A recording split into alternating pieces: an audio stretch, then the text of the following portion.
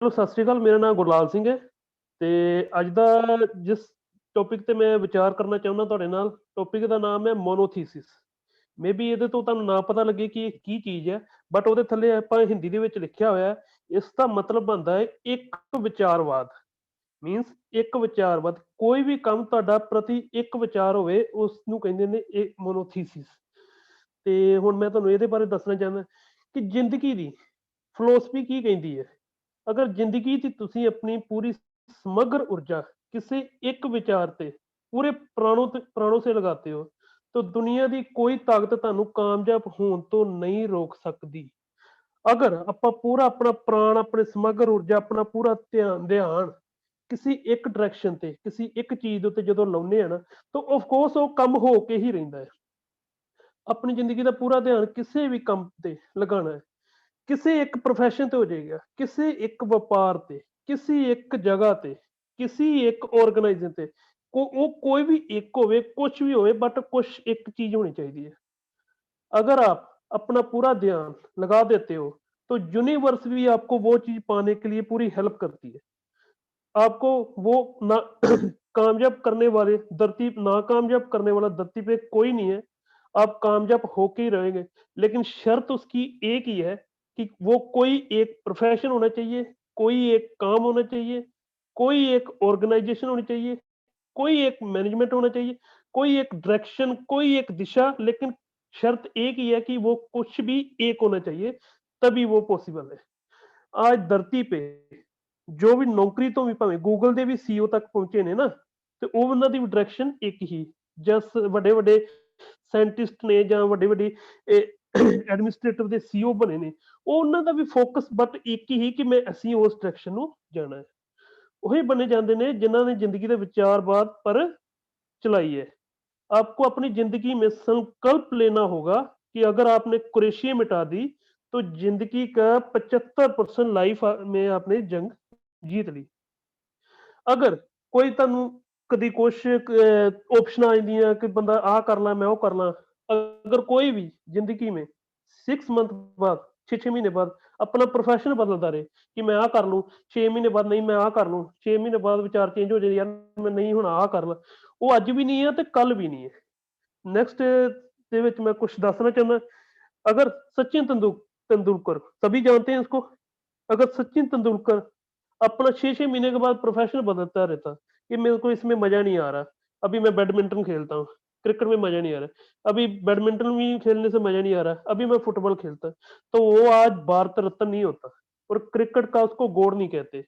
अमिताभ बच्चन अगर अपना 6-6 महीने बाद अपना प्रोफेशन बदलता, तो आज वो इतना फेमस अमिताभ बच्चन नहीं होता। लता मंगेशकर नहीं होती। अगर लता मंगेशकर गाना गाती गाती अभी बोल रही नहीं अभी मजा नहीं आ रहा, अभी मैं सरंगी बजाना शुरू करती हूँ, तो लता मंगेशकर नहीं होता। मिल्खा सिंह भागता भागता बोलता नहीं मैं चेस खेलना चाहता हूँ अभी, तो चेस की तरफ जाता, तो वो मिल्खा सिंह नहीं होता। कहने का मतलब कि जो भी प्रोफेशन है, जिस भी प्रोफेशन च है, ਉਹਦੇ ਚ अपनी पूरी दृढ़ता और पूरा माइंड एक तरफ ਇੱਕੋ ਵਿਚਾਰ ਤੇ ਲਾ ਕੇ ਕਾਮਯਾਬ ਹੋਣਾ ਪੈਂਦਾ। ਅਗਰ ਧਰਤੀ ਤੇ ਜੋ ਵੀ ਸਫਲ ਹੋਏ ਹਨ, ਉਹਨਾਂ ਆਪਣੀ ਜ਼ਿੰਦਗੀ ਦੀ ਸਮਗਰ ਊਰਜਾ ਇੱਕੋ ਡਾਇਰੈਕਸ਼ਨ ਵੱਲ ਲਗਾਈ ਹੈ, ਉਹੀ ਕਾਮਯਾਬ ਹੋਏ ਹਨ। ਔਰ ਮੈਂ ਆਉਣ ਵਾਲੇ ਟਾਈਮ ਦੇ ਵਿੱਚ ਆਪਣੇ ਨੂੰ ਵੀ ਤੇ ਆਉਣ ਵਾਲੇ ਫਿਊਚਰ 'ਚ ਬੱਚਿਆਂ ਨੂੰ ਵੀ ਤੇ ਤਕਰੀਬਨ ਕਹਿਣ ਲੱਗਿਆ ਸਾਰਿਆਂ ਨੂੰ ਇਹੋ ਗਾਈਡ ਕਰਨਾ ਚਾਹੁੰਦਾ ਕਿ ਆਪਣੀ ਜਿਹੜੀ ਊਰਜਾ ਆ, ਜਿਹੜਾ ਆਪਣਾ ਧਿਆਨ ਹੈ, ਹਮੇਸ਼ਾ ਕੋਸ਼ਿਸ਼ ਕਰੋ ਕਿ ਇੱਕੋ ਡਾਇਰੈਕਸ਼ਨ ਵੱਲ ਲਾਓ। ਤੁਹਾਨੂੰ ਕਾਮਯਾਬ ਹੋਣ ਵਾਸਤੇ 1000 ਗੁਣਾ ਚਾਂਸ ਵੱਧ ਜਾਂਦੇ ਨੇ, ਤੁਹਾਨੂੰ ਉਹ ਕਾਮਯਾਬੀ ਮਿਲਦੇ ਅਗਰ ਤੁਹਾਡੀ ਡਾਇਰੈਕਸ਼ਨ ਸਹੀ ਆ ਔਰ ਤੁਸੀਂ ਫੁੱਲ ਫੋਕਸ ਦੇ ਨਾਲ ਇੱਕੋ ਡਾਇਰੈਕਸ਼ਨ ਵੱਲ ਨੂੰ ਵਰਕ ਕਰ ਰਹੇ ਹੋ। ਠੀਕ ਹੈ ਜੀ। ਹੁਣ ਮੈਂ ਕੁਝ ਪੁਆਇੰਟਸ ਨੇ ਜਿਨ੍ਹਾਂ ਬਾਰੇ ਮੈਂ ਤੁਹਾਨੂੰ ਤੁਹਾਡੇ ਨਾਲ ਹੁਣ ਇਕੱਲੇ ਪੁਆइंट ने 5 ਤੋਂ 6 जिन्हों बारे मैं ਤੁਹਾਡੇ ਨਾਲ ਜ਼ਿਕਰ करना चाहना। ऐसी व्यवस्था जब दिमाग में सटीकता से एक ही चीज होती है, कोई धुंध नहीं होती, ऐसी स्टेज को बोलते हैं, ऐसी स्थिति को बोलते हैं एक विचारवाद। इसको अपनी जिंदगी के साथ रिलेट करके देखते हैं। जो भी आज दी टाइम सक्सेसफुल होए हैं, जो भी ਅੱਜ ਦੀ ਟਾਈਮ ਵਿੱਚ ਆਪਣੀ ਆਰਗੇਨਾਈਜ਼ ਦੇ ਵਿੱਚ ਆਪਾਂ ਵੈਸਟੀ ਦੇ ਵਿੱਚ ਆਪਣੇ ਜੋ ਵੱਡੇ ਵੱਡੇ ਲੀਡਰ ਨੇ ਜੋ ਸਕਸੈਸ ਹੋਏ ਨੇ, ਉਹਨਾਂ ਕਦੀ ਇੱਧਰ ਉੱਧਰ ਬਾਰੇ ਜਾਂ ਉਹ ਕਰ ਲਈਏ ਜਾਂ ਇਹ ਕਰ ਲਈਏ, ਇੱਧਰ ਉੱਧਰ ਦੀਆਂ ਆਪਸ਼ਨਾਂ ਨੂੰ ਬੰਦ ਕਰਕੇ ਹੀ ਕਾਮਯਾਬ ਹੋਏ ਨੇ। ਠੀਕ ਹੈ ਜੀ। ਹੁਣ ਮੈਂ ਕੁਝ ਲੀਡਰਸ ਨੇ ਆਪਣੇ ਜਿੱਦਾਂ ਕਿ ਸਾਡੇ ਸਾਰਿਆਂ ਆਪਾਂ ਜਾਣਦੇ ਹਾਂ ਕਿ ਸਾਡੇ ਪ੍ਰਗਟ ਸਰ ਪਿਛਲੇ ਤਕਰੀਬਨ 7 ਤੋਂ 8 ਸਾਲ ਹੋ ਗਏ ਕੰਟੀਨਿਊਸਲੀ ਇਨਵੈਸਟਿੰਗ ਕਰ ਰਹੇ। ਉਹਨਾਂ ਨੇ ਆਪਣੀ ਪੂਰੀ ਸਮਗਰ ਊਰਜਾ ਇਸੇ ਪ੍ਰੋਫੈਸ਼ਨ ਵਿੱਚ ਲਾਈ ਹੈ ਕਿ ਆਉਣ ਵਾਲੇ ਟਾਈਮ ਦੇ ਵਿੱਚ ਇੱਥੋਂ ਹੀ ਸਭ ਕੁਝ ਅਚੀਵਮੈਂਟ ਪਾਉਣੀ ਹੈ, ਹੋਰ ਕਿਤੋਂ ਕੋਈ ਦੂਸਰਾ ਰਾਹ ਤੋਂ ਨਹੀਂ ਹੈ।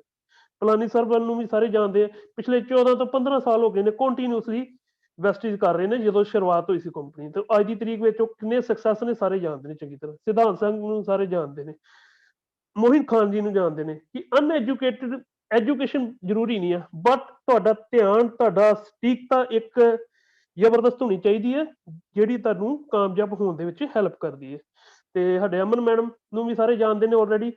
ਔਰ ਇੱਕ ਲੇਡੀਜ਼ ਵਾਸਤੇ ਕਿੰਨਾ ਮੁਸ਼ਕਿਲ ਹੁੰਦਾ ਕਿ ਘਰ ਨੂੰ ਵੀ ਮੈਨੇਜ ਕਰਨਾ ਔਰ ਨਾਲ ਨਾਲ ਆਪਣੇ ਇੱਕ ਬਿਜ਼ਨਸ ਨੂੰ ਮੈਨੇਜ ਕਰਨਾ। ਔਰ ਪਿਛਲੇ 3 ਤੋਂ 4 ਸਾਲ ਹੋ ਗਏ ਕੰਟੀਨਿਊਸਲੀ ਕਰ ਰਹੇ ਨੇ ਔਰ ਕਿੰਨੀਆਂ ਅਚੀਵਮੈਂਟਸ ਪਾ ਚੁੱਕੇ ਨੇ ਔਰ ਕਿੰਨੇ ਵਧੀਆ ਲੈਵਲ ਤੇ ਉਹ ਪਹੁੰਚ ਚੁੱਕੇ ਨੇ। ये उन्होंने मेहनत है। ठीक है जी। अगर आप अपनी लाइफ में पूरे प्राण किसी एक तरफ लगा देते हो तो कामयाबी मिलनी ही मिलनी है, पक्का, इसको कोई बदल नहीं सकता। एक छोटी सी स्टोरी है, मैं सुनाता हूँ। प्रेमिका अपने प्रेमी से मिलने के लिए ना बेसुध भागी जा रही थी। तो रास्ते में एक मुसलमान भाई बैठ के नमाज कर रहा था अपने मसल्ले पे। तो प्रेमिका, उसने अपने प्यार में इतनी अद्भुत थी कि उसको कुछ नहीं दिखा कि नीचे कौन बैठा है या क्या कर रहा है। वो भागी भागी गई, उसके मसल्ले के ऊपर पाँव रख के आगे चली गई और मुसलमान भाई का, उसका जो नमाज कर रहा था, उसकी नमाज भंग हो गई, उसका ध्यान भटक गया। ठीक है।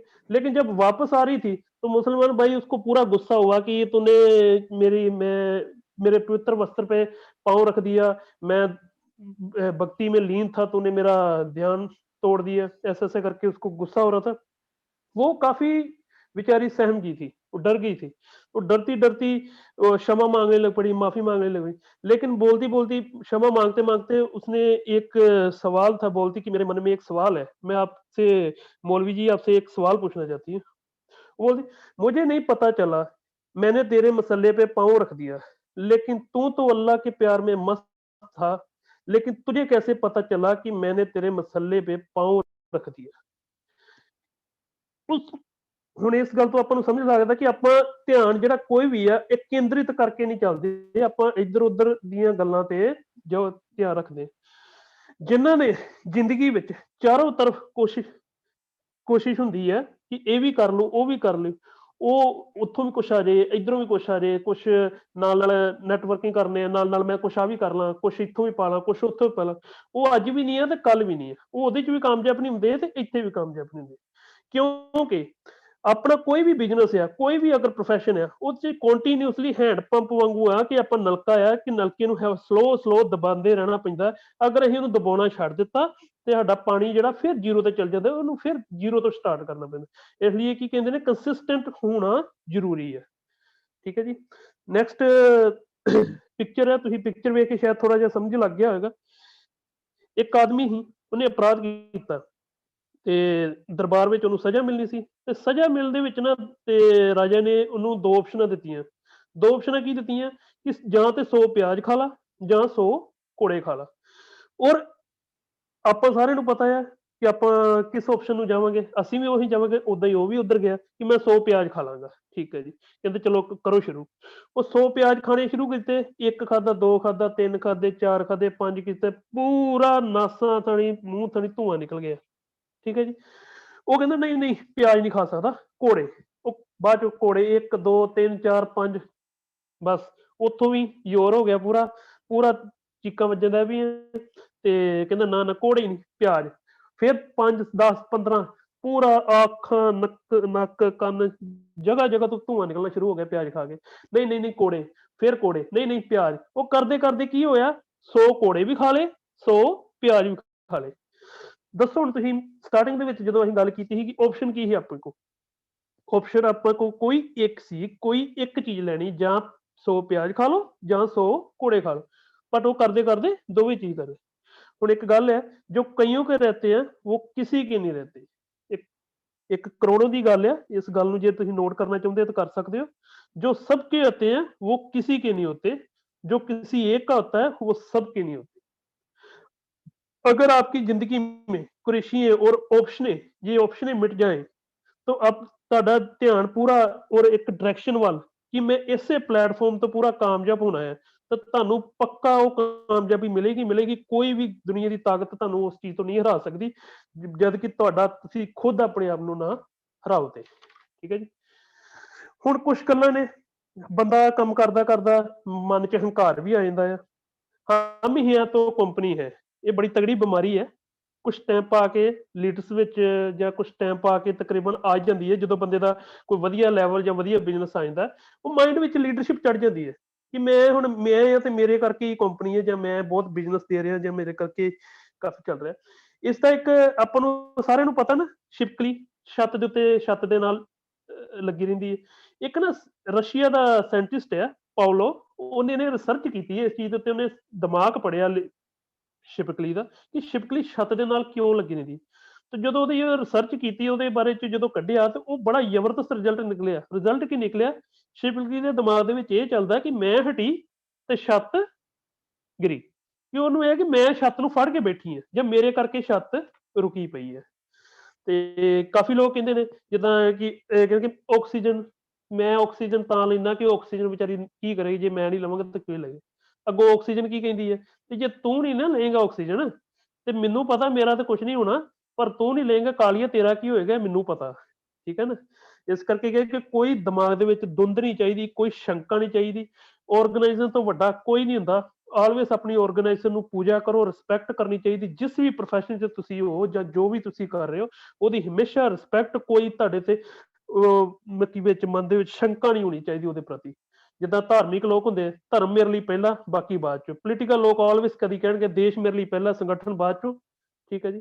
ਸਮਾਜਿਕ ਲੋਕ ਕਹਿਣਗੇ ਸੰਗਠਨ ਮੇਰੇ ਲਈ ਪਹਿਲਾਂ, ਸਮਾਜ ਬਾਅਦ ਚੋਂ। ਠੀਕ ਹੈ ਜੀ। ਇੱਦਾਂ ਆਪਣਾ ਜੋ ਵੀ ਆਪਣਾ, ਇੱਦਾਂ ਹੀ ਆਪਾਂ ਪਹਿਲਾਂ ਕੰਪਨੀ, ਬਾਅਦ ਵਿੱਚ ਅਸੀਂ। ਉਹਦੇ ਰਿਲੇਟਿਵ ਤੁਹਾਡੇ ਦਿਮਾਗ ਦੇ ਵਿੱਚ ਕੋਈ ਧੁੰਦ ਨਹੀਂ ਚਾਹੀਦੀ, ਕੋਈ ਸ਼ੰਕਾ ਨਹੀਂ ਚਾਹੀਦੀ ਕਿ ਬਈ ਮੈਂ ਆ ਤੇ ਮੇਰੇ ਕਰਕੇ ਕੰਪਨੀ। ਇਹ ਹੈ ਕਿ ਕੁਛ ਟਾਈਮ ਪਾ ਕੇ ਕੰਪਨੀ ਕਰਕੇ ਅਸੀਂ ਜਾਣੇ ਜਾ ਰਹੇ ਹਾਂ, ਜਾਂ ਕੰਪਨੀ ਨੂੰ ਅਸੀਂ ਬਹੁਤ ਜ਼ਬਰਦਸਤ ਬਿਜ਼ਨਸ ਦੇ ਰਹੇ ਹਾਂ, ਜਾਂ ਸਾਡੇ ਥਰੂ ਬਹੁਤ ਕੰਪਨੀ ਨੇ ਗਰੋ ਕੀਤੀ ਹੈ, ਉਹ ਵਧੀਆ ਗੱਲ। ਪਰ ਆਪਣੇ ਮਨ 'ਚ ਇਹ ਹੰਕਾਰ ਨਹੀਂ ਪੈਦਾ ਹੁੰਦਾ ਨਾ ਕਿ ਮੇਰੇ ਕਰਕੇ ਕੰਪਨੀ ਚੱਲ ਰਹੀ ਹੈ। ਬਾਅਦ 'ਚ ਕੁਛ ਲੀਡਰਸ ਹੁੰਦੇ ਨੇ ਕਾਫੀ ਟਾਈਮ ਪਾ ਕੇ ਬਾਅਦ ਛੱਡ ਜਾਂਦੇ ਨੇ, ਉਹ ਗਲਤ ਹੁੰਦਾ। नेक्स्ट पॉइंट, आपके काम करने का जो फ्लो है उसमें निवारण हासिल करने की कला देता है एक विचारवाद। आपके काम करने का जो फ्लो है उसमें निवारण हासिल करने की जो कला देता है उसे बोलते हैं एक विचारवाद। फ्लो स्टेज में माइंड तब जाता है जब आपको पता भी नहीं चले कि कितने घंटे बीत गए मैं इस काम में कर रहा हूं, जब पता भी नहीं चले कि भूख लगी कि नहीं लगी। ठीक है जी। ਹੁਣ ਵੇਖਿਆ ਹੋਏਗਾ ਸਾਰਿਆਂ ਨੇ ਆਇਨਸਟਾਈਨ ਦੇ ਬਾਰੇ, ਤਕਰੀਬਨ ਸਾਰਿਆਂ ਨੂੰ ਪਤਾ ਹੋਏਗਾ। ਇੱਕ ਛੋਟੀ ਜਿਹੀ ਸਟੋਰੀ ਹੈ, ਮੈਂ ਸ਼ੇਅਰ ਕਰਦਾ ਕਿ ਫਲੋ ਸਟੇਜ ਵਿੱਚ ਉਹ ਇੰਨੇ ਕੰਮ ਦੇ ਵਿੱਚ ਇੰਨੇ ਖੁੱਭ ਜਾਂਦੇ ਸੀ ਕਿ ਉਹਨਾਂ ਨੇ ਇੱਕ ਵਾਰੀ ਆਪਣੇ ਦੋਸਤ ਨੂੰ ਆਪਣੇ ਡਿਨਰ ਤੇ ਬੁਲਾਇਆ ਘਰ, ਕਿ ਆਓ ਅਸੀਂ ਮਿਲ ਕੇ ਇਕੱਠੇ ਡਿਨਰ ਕਰਾਂ। ਜਦੋਂ ਉਹਨਾਂ ਦਾ ਦੋਸਤ ਉਹਨਾਂ ਦੇ ਘਰ ਆਇਆ ਤੇ ਆਉਂਦਿਆਂ ਨੂੰ ਵੇਖਿਆ ਕਿ ਆਇਨਸਟਾਈਨ ਸਾਹਿਬ ਆਪਣੇ ਕੰਮ ਦੇ ਵਿੱਚ ਬਿਜ਼ੀ ਸੀ, ਉਹ ਕੰਟੀਨਿਊਸਲੀ ਕੋਈ ਵਰਕ ਕਰ ਰਹੇ ਸੀ ਕੋਈ ਕਿਸੇ ਚੀਜ਼ ਦੇ ਉੱਤੇ। ਤੇ ਉਹਨਾਂ ਨੇ ਵੇਖਿਆ ਕਿ ਉਹਨੇ ਆ ਕੇ ਕਿ ਇਹ ਕੰਮ ਕਰ ਰਿਹਾ, ਲੇਕਿਨ ਉਹਨੇ ਡਿਸਟਰਬ ਨਹੀਂ ਕੀਤਾ। ਉਹਨੂੰ ਪਤਾ ਕਿ ਇਸ ਸਟੇਜ ਦੇ ਵਿੱਚ ਬੰਦੇ ਨੂੰ ਡਿਸਟਰਬ ਨਹੀਂ ਕਰੀਦਾ। ਔਰ ਆਪਾਂ ਨੂੰ ਵੀ ਪਤਾ ਕਿ 95% ਵਿੱਚੋਂ ਅਗਰ 5% ਵਿੱਚ ਜਾਣਾ ਹੈ ਤੇ ਲੋਕ ਫੁੱਲ ਖੁੱਭ ਜਾਂਦੇ ਨੇ ਇਸ ਕੰਮ ਦੇ ਵਿੱਚ, ਇਹ ਸਟੇਜ ਆਉਂਦੀ ਹੁੰਦੀ ਹੈ। ਤੇ ਉਹਨੇ ਡਿਸਟਰਬ ਨਹੀਂ ਕੀਤਾ, ਉਹ ਆਪਣੇ ਕੰਮ 'ਚ ਮਸਤ ਰਿਹਾ।